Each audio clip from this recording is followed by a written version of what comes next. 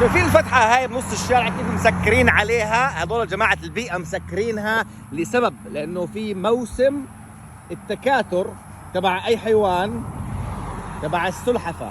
فالسلحفة داخل جوا، شايفينها؟ بعرفش انتم شايفينها من هون ولا لا، بحاول اعمل عليها زوم. هي السلحفة.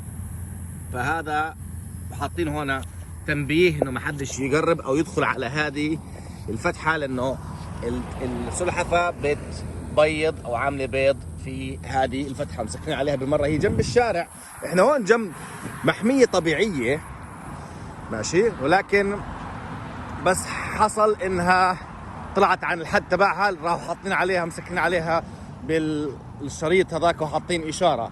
في واحد ثاني شكله هون ما بيطلعش الرمل هذا غير من نفس النوع. في واحد ثاني هون والله هي دخل لجوا. هلا بيطلعنا حيه.